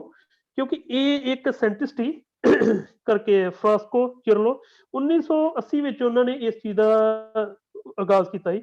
ਇੱਕ ਇਹ ਕਿਚਨ ਟਾਈਮਰ ਨੇ, ਟਮਾਟਰ ਟਾਈਪ ਦਾ, ਇਹਦਾ ਵੈਸੇ ਨਾਮ ਹੈ ਪੋਮੋਡੋਰਾ। ਇਟਲੀ ਦੇ ਵਿੱਚ ਟਮਾਟਰ ਨੂੰ ਕਹਿੰਦੇ ਨੇ ਪੋਮੋਡੋਰਾ। ਤੇ ਹੁਣ ਘਰ ਨਹੀਂ ਕਹਿੰਦਾ ਆਪਣਾ ਕਿ ਪੋਮੋਡੋਰਾ ਦੋ ਘਰ ਵਾਲੇ ਪਰੇਸ਼ਾਨ ਹੋਏ ਨਾ, ਇਸ ਕਰਕੇ ਇਹਨੂੰ ਕਿਚਨ ਟਾਈਮਰ ਆ। ਇਹ ਇਟਲੀ ਦੀ ਲੈਂਗੁਏਜ 'ਚ ਟਮਾਟਰ ਨੂੰ ਪੋਮੋਡੋਰਾ ਕਹਿੰਦੇ ਨੇ। ਤੇ ਇੱਕ ਸਾਇੰਟਿਸਟ ਸੀ ਜੋ ਇਟਲੀ ਦਾ, ਉਹਨੇ ਇਸ ਚੀਜ਼ ਦੇ ਰਿਸਰਚ, ਕਿਉਂਕਿ ਉਹ ਕੰਮ ਕਰਨ ਦੇ ਵਿੱਚ ਬਹੁਤ ਲੇਜ਼ੀ ਸੀ, ਤੇ ਉਹਨੇ ਇੱਕ ਟੈਕਨੀਕ ਦਾ ਆਗਾਜ਼ ਕੀਤਾ ਕਿ ਆਪਾਂ 1-1 ਮਿੰਟ ਆਪਣਾ ਪ੍ਰੋਡਕਟਿਵਿਟੀ ਕਰ ਸਕਦੇ ਹਾਂ। ਉਹ ਕਿੱਦਾਂ? ਕਿਉਂਕਿ ਇਹਦੇ 'ਚ ਸਿਸਟਮ ਆ ਕਿ ਆਪਾਂ ਟਾਈਮਰ ਸੈੱਟ ਕਰਦੇ ਆ ਕਿ 25 ਮਿੰਟ ਦਾ ਟਾਈਮਰ ਸੈੱਟ ਕਰ ਲਿਆ, 25 ਮਿੰਟ ਤੱਕ ਕੋਈ ਵੀ ਡਿਸਟਰਬੈਂਸ ਨਹੀਂ ਕ੍ਰੀਏਟ ਕਰਨੀ। ਆਪਣੇ ਗੈਜਟਸ ਵਗੈਰਾ, ਆਪਣਾ ਨੈਟ ਨੂਟ ਵਗੈਰਾ ਇੱਕ ਇਕਾਂਤ ਕਮਰੇ 'ਚ ਬਹਿ ਕੇ ਆਪਣੇ ਕਿਸੇ ਵੀ ਜਿਹੜਾ ਔਖਾ ਕੰਮ ਹੈ, ਜਿਹਨੂੰ ਤੁਸੀਂ ਨਹੀਂ ਕਰਨਾ ਚਾਹੁੰਦੇ, ਜਿਹੜਾ ਤੁਹਾਨੂੰ ਬੋਰਿੰਗ ਲੱਗਦਾ ਹੈ, ਉਸ ਕੰਮ ਦੇ ਉੱਤੇ ਤੁਸੀਂ ਸਿਸਟਮ ਵਾਈਜ਼ ਦੇਣਾ ਕਿ ਸਟੈਪ ਵਾਈਜ਼ ਫਸਟ ਆਪਾਂ ਕੋਸ਼ਿਸ਼ ਕਰ ਸਕਦੇ 25 ਮਿੰਟ ਤੋਂ, ਫਿਰ ਹੌਲੀ ਹੌਲੀ ਉਹਨੂੰ ਵਧਾ ਕੇ 50 ਮਿੰਟ ਤੇ, ਫਿਰ 90 ਮਿੰਟ ਤੇ ਵਧਾ ਕੇ ਆਪਾਂ 2 ਘੰਟਿਆਂ ਦੇ ਕਰ ਸਕਦੇ ਹਾਂ। ਇਸ ਕਰਕੇ ਕੋਸ਼ਿਸ਼ ਪਹਿਲਾਂ ਸਭ ਤੋਂ ਛੋਟਾ ਟਾਸਕ ਕੀ ਹੁੰਦਾ 25 ਮਿੰਟ। ਅਗਰ ਆਪਣੇ ਮਾਈਂਡ ਨੂੰ ਅਸੀਂ 25 ਮਿੰਟ ਤੱਕ ਅਕੇਂਦਰ ਕਰਕੇ ਆਪਣਾ ਜਿਹੜਾ ਕੰਮ ਕਰਨਾ ਚਾਹੁੰਦੇ ਉਹ ਕਰੀਏ, ਤੁਹਾਨੂੰ ਜ਼ਿੰਦਗੀ ਦੀ ਕੋਈ ਵੀ ਉਸ ਕੰਮ ਦੇ ਵਿੱਚ ਉਹ ਹਾਸਲ ਕਰਨ ਤੋਂ ਤੁਹਾਨੂੰ ਨਹੀਂ ਰੋਕ ਸਕਦਾ।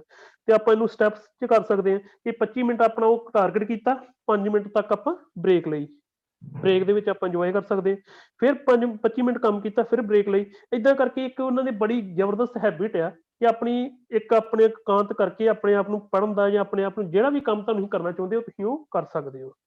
ਠੀਕ ਹੈ ਜੀ। ਤੇ ਸਟੱਡੀ ਦੇ ਵਿੱਚ ਵੀ ਲਾ ਲਓ, ਚਾਹੇ 25 ਮਿੰਟ ਸਟੱਡੀ ਕਰਕੇ, ਕੋਈ ਬੋਰਿੰਗ ਸਬਜੈਕਟ ਹੁੰਦੇ ਨੇ, ਬੋਰਿੰਗ ਪੇਪਰ ਆ ਜਾਂ ਬੋਰਿੰਗ ਕੋਈ ਕੰਮ ਕਰਨਾ ਆ, ਉਹ ਨਹੀਂ ਹੋ ਰਿਹਾ ਤੁਹਾਡੇ ਕੋਲ, ਉਹਨੂੰ ਆਪਾਂ ਇੱਕ ਹੈਬਿਟ ਕ੍ਰੀਏਟ ਕਰ ਸਕਦੇ ਕਿ 25 ਮਿੰਟ ਆਪਾਂ ਨੈਟ ਬੰਦ, ਤੁਹਾਡਾ ਕੋਈ ਵੀ WhatsApp Facebook ਕੁਛ ਨਹੀਂ ਸਾਡੇ ਲਾਗੇ ਹੋਣਾ ਚਾਹੀਦਾ ਜਿਹੜਾ ਚੀਜ਼ ਸਾਨੂੰ ਡਿਸਟਰਬ ਕਰੇ। ਠੀਕ ਹੈ ਜੀ। ਔਰ ਬਹੁਤ ਘੱਟ ਟਾਈਮ ਹੈ ਕਿ ਤੁਸੀਂ ਇਹਦੇ 'ਚ ਕੇਂਦਰ ਆਰਾਮ ਕਰ ਸਕਦੇ। 5 ਮਿੰਟ ਦੇ ਵਿੱਚ ਆਪਾਂ ਐਕਸਰਸਾਈਜ਼ ਫਰੈਸ਼ ਅਪ ਕਰਕੇ ਆਪਣੀ ਨੋਟੀਫਿਕੇਸ਼ਨ ਚੈੱਕ ਕਰ ਸਕਦੇ। ਏਦਾਂ ਕਰ ਕਰਕੇ ਹੌਲੀ ਹੌਲੀ ਆਪਾਂ ਆਪਣੀ ਹੈਬਿਟ ਨੂੰ ਕ੍ਰੀਏਟ ਕਰਨਾ ਔਰ ਵਧਾਉਣਾ। ਨੈਕਸਟ ਸਲਾਈਡ ਹੈ, why should you use this technique. ਇਹ ਕਿਉਂ ਤੁਸੀਂ ਯੂਜ਼ ਕਰੋ? ਕਿਉਂ? ਕਿਉਂਕਿ ਇੱਕ ਇਹ ਤਾਂ ਮਹਿੰਗੀ ਵੀ ਨਹੀਂ ਹੈ, ਸਸਤੀ ਹੈ, ਕੋਈ ਇਹਦੇ 'ਚ ਐਕਸਪੈਂਸਿਵ ਨਹੀਂ ਲੱਗਦੀ, ਫ੍ਰੀ ਆਫ ਕੋਸਟ ਆ। ਤੁਸੀਂ ਜਸਟ ਇਹਨੂੰ ਫੋਲੋ ਕਰ ਸਕਦੇ, ਇਹਨੂੰ ਫੋਲੋ ਕਰਨ ਦਾ ਕੋਈ ਵੀ ਐਕਸਪੈਂਸ ਨਹੀਂ ਲੱਗਦਾ, ਤੇ ਬਹੁਤ ਜ਼ਬਰਦਸਤ ਵੇ ਹੈ। ਸੈਕੰਡ ਪੁਆਇੰਟ ਹੈ, hard to get distract. 25 minute ਇੰਨਾ ਛੋਟਾ ਜਿਹਾ ਟਾਈਮ ਹੈ ਕਿ ਤੁਹਾਨੂੰ ਡਿਸਟਰਬ ਨਹੀਂ ਹੋਏਗਾ। ਤੁਸੀਂ ਸੋਚੋਗੇ ਯਾਰ ਮੈਂ ਕੰਮ ਕਰਨਾ ਤਾਂ 25 ਮਿੰਟ ਹੀ ਕਰਨਾ, ਬਸ 25 ਮਿੰਟ ਤੋਂ ਬਾਅਦ ਮੈਂ ਫ੍ਰੀ ਹਾਂ। ਤੇ ਇਸ ਕਰਕੇ ਤੁਹਾਨੂੰ ਨਾ ਉਸ ਕੰਮ ਵੱਲ ਨੂੰ ਧਿਆਨ ਕਰਨ ਵਾਸਤੇ ਤੁਹਾਨੂੰ ਮਜ਼ਾ ਆਏਗਾ। ਤੁਸੀਂ ਔਖੇ ਤੋਂ ਔਖਾ ਕੰਮ ਵੀ ਤੁਸੀਂ ਬਹੁਤ ਛੋਟੇ ਟਾਸਕ ਦੇ ਵਿੱਚ ਕਰਕੇ ਟਾਸਕ, ਕਿਉਂਕਿ ਆਪਾਂ ਆਲਰੇਡੀ ਪਤਾ ਕਿ ਬਹੁਤ ਵੱਡਾ ਜਿਹੜਾ ਕੰਮ ਹੁੰਦਾ ਨਾ ਕਿ ਬਹੁਤ ਵੱਡਾ ਕੰਮ, ਉਹ ਪਹਿਲਾਂ ਹੀ ਵੇਖ ਕੇ ਅਸੀਂ ਹਾਰ ਜਾਂਦੇ। ਜਦੋਂ ਅਸੀਂ ਉਹਨੂੰ ਇੱਕ ਟਾਸਕ ਨੂੰ ਛੋਟੇ ਛੋਟੇ ਪਾਰਟਸ ਵਿੱਚ ਵੰਡ ਦਾਂਗੇ ਨਾ, ਤਾਂ ਆਟੋਮੈਟਿਕਲੀ ਆਪਾਂ ਉਸ ਕੰਮ ਨੂੰ ਵਧੀਆ ਤਰੀਕੇ ਨਾਲ ਜਲਦੀ ਕਰ ਸਕਾਂਗੇ। ਠੀਕ ਹੈ ਜੀ। ਥਰਡ ਪੁਆਇੰਟ ਹੈ, ਫਾਈਟ ਅਨਹੈਲਥੀ ਵਰਕ ਹੈਬਿਟਸ। ਕਿ ਆਪ ਐਵੇਂ ਬੇਫਜ਼ੂਲ ਦੇ ਕੰਮਾਂ ਨਾਲੋਂ ਉਹ ਵੱਡੇ ਕੰਮ ਜਿਹੜਾ ਅਨਹੈਲਥੀ ਹੈ, ਜਿਹਨੂੰ ਆਪਾਂ ਨਹੀਂ ਕਰ ਸਕਦੇ, ਉਹਨੂੰ ਵੀ ਆਪਾਂ ਕਰਨ ਦੇ ਬਾਰੇ ਸੋਚ ਸਕਦੇ। ਹੁਣ ਮਾਊਂਟ ਐਵਰੈਸਟ ਤੇ ਵੀ ਆਪਾਂ ਲਗਾਤਾਰ ਨਹੀਂ ਚੜ੍ਹ ਸਕਦੇ, ਤਾਂ ਵੀ ਉੱਥੇ ਵੀ ਰੁਕ ਰੁਕ ਕੇ ਆਪਾਂ ਨੂੰ ਚੜ੍ਹਨਾ ਪੈਂਦਾ। ਇਸ ਕਰਕੇ ਆਪਾਂ ਫਾਈਟ ਕਰ ਸਕਦੇ ਹਾਂ। ਬਾਕੀ ਆਪਾਂ ਬੇਫਜ਼ੂਲ ਜਿਹੜੇ ਬਹੁਤ ਵੱਡੇ ਵੱਡੇ ਕੰਮ ਨੇ, ਬਹੁਤ ਵੱਡੇ ਟਾਸਕ ਹੈ ਜਿਹੜੇ ਆਪਾਂ ਨਹੀਂ ਕੰਪਲੀਟ ਕਰ ਸਕਦੇ, ਉਹਨਾਂ ਨੂੰ ਇੱਕ ਸਿੰਪਲ ਵੇ ਦੇ ਨਾਲ ਆਪਾਂ ਵਧੀਆ ਟੈਕਨੀਕ ਦੇ ਵਿੱਚ ਪਾ ਕੇ ਕਰ ਸਕਦੇ ਹਾਂ। ਤੇ ਇਹਦੇ ਬਾਰੇ ਆਪਾਂ ਕੋਲ ਪੂਰੀ ਬੁੱਕ ਵੀ ਹੈਗੀ ਹੈ, ਆਪਣਾ ਪੋਮੋਡੋਰਾ ਟੈਕਨੀਕ ਕਰਕੇ ਆਪਣੇ ਗੂਗਲ ਐਪ ਦੇ ਵਿੱਚ ਇੱਕ ਉਹ ਵੀ ਹੈਗਾ, ਐਪ ਵੀ ਹੈਗਾ ਆ। ਆਪਾਂ ਉਹਨੂੰ ਐਪ ਨੂੰ ਵੀ ਯੂਜ਼ ਕਰ ਸਕਦੇ ਹਾਂ, ਅਦਰਵਾਈਜ਼ ਐਪਲ ਟਾਈਪ ਆਪਾਂ ਨੂੰ ਉਹ ਵੀ ਮਿਲ ਜਾਂਦਾ, ਟਮਾਟਰ ਟਾਈਪ ਉਹ ਵੀ ਮਿਲ ਜਾਂਦਾ, ਆਪਾਂ ਆਨਲਾਈਨ ਮੰਗਾ ਵੀ ਸਕਦੇ ਹਾਂ। ਇਹਦੇ ਤੇ ਪੂਰੀ ਬੁੱਕ ਲਿਖੀ ਹੋਈ ਹੈ ਉਹਨੇ, ਦ ਪੋਮੋਡੋਰਾ ਟੈਕਨੀਕਸ। ਹੋ ਸਕੇ ਤਾਂ ਕਿਤੇ ਇਹਦੇ ਬਾਰੇ ਵੀ ਆਪਾਂ ਇੱਕ ਜ਼ਰੂਰ ਪ੍ਰੈਜੈਂਟੇਸ਼ਨ ਤਿਆਰ ਕਰਾਂਗੇ ਕਿ ਇਹ ਟੈਕਨੀਕ ਨੂੰ ਫੁੱਲ ਵਿਸਤਾਰ ਦੇ ਵਿੱਚ ਦੱਸਾਂਗੇ, ਇਹਨੂੰ ਯੂਜ਼ ਕਿੱਦਾਂ ਕਰੀਦਾ। ਠੀਕ ਹੈ ਜੀ। ਤੇ ਆਪਾਂ ਇਹਦੀ ਕਿਤੋਂ ਵੀ ਨੌਲੇਜ ਲੈ ਸਕਦੇ ਹਾਂ। ਬਹੁਤ ਜ਼ਬਰਦਸਤ ਤਕਨੀਕ ਹੈ ਇਹ, ਆਪਣੀ ਬਹੁਤ ਵਧੀਆ ਆਪਾਂ ਹੈਬਿਟ ਕ੍ਰੀਏਟ ਕਰ ਸਕਦੇ ਹਾਂ। ਠੀਕ ਹੈ। ਜ਼ਿੰਦਗੀ ਦੇ ਵਿੱਚ ਕਾਮਯਾਬ ਹੋਣਾ ਤੇ ਕੋਸ਼ਿਸ਼ ਕਰਨਾ ਕਿ ਪੋਮੋਡੋਰਾ ਟੈਕਨੀਕ ਨੂੰ ਜ਼ਰੂਰ ਯੂਜ਼ ਕੀਤਾ ਜਾਏ। ਤੇ ਮੇਰੇ ਵੱਲੋਂ ਧੰਨਵਾਦ। ਮੇਰੇ ਹਿਸਾਬ ਨਾਲ ਤੁਹਾਨੂੰ ਸਾਰਿਆਂ ਨੂੰ ਬਹੁਤ ਵਧੀਆ ਲੱਗਾ ਹੋਏਗਾ ਕਿ ਕਹਿਣ ਦਾ ਮਤਲਬ ਕਿ ਆਪਣਾ ਸੰਕਲਪ, ਤੁਹਾਡਾ ਤਾਕਤ, ਤੁਹਾਡੀ ਪੂਰੇ ਮਨ ਦੀ ਦ੍ਰਿਸ਼ਟਤਾ ਹਮੇਸ਼ਾ ਇੱਕੋ ਵਿਚਾਰ ਦੇ ਉੱਤੇ ਹੋਣੀ ਚਾਹੀਦੀ ਕਿ ਕੋਸ਼ਿਸ਼ ਕਿ ਮੈਂ ਇਹਦੇ ਚੋਂ ਕਾਮਯਾਬੀ ਲੈਣੀ ਹੈ ਤੇ ਲੈਣੀ ਹੈ। ਕੋਈ ਸ਼ੰਕਾ ਨਹੀਂ, ਕੋਈ ਮਨ ਦੇ ਵਿੱਚ ਬੈ ਨਹੀਂ, ਕੋਈ ਭ੍ਰਮ ਨਹੀਂ, ਕੁਛ ਨਹੀਂ ਚਾਹੀਦਾ। ਤੇ ਤੁਹਾਨੂੰ ਆਫ ਕੋਰਸ ਮਿਲੇਗੀ, ਪਰ ਤੁਹਾਡਾ ਹਮੇਸ਼ਾ ਮਾਈਂਡ, ਹਮੇਸ਼ਾ ਕੋਸ਼ਿਸ਼ ਕਰੋ ਕਿ ਫਲੋ ਸਟੇਜ ਵਿੱਚ ਜਾ ਕੇ ਉਸ ਤੇ ਵਿੱਚ ਹਾਸਿਲ ਕਰੋ। ਐਂਡ ਧੰਨਵਾਦ ਸਾਰਿਆਂ ਨੂੰ।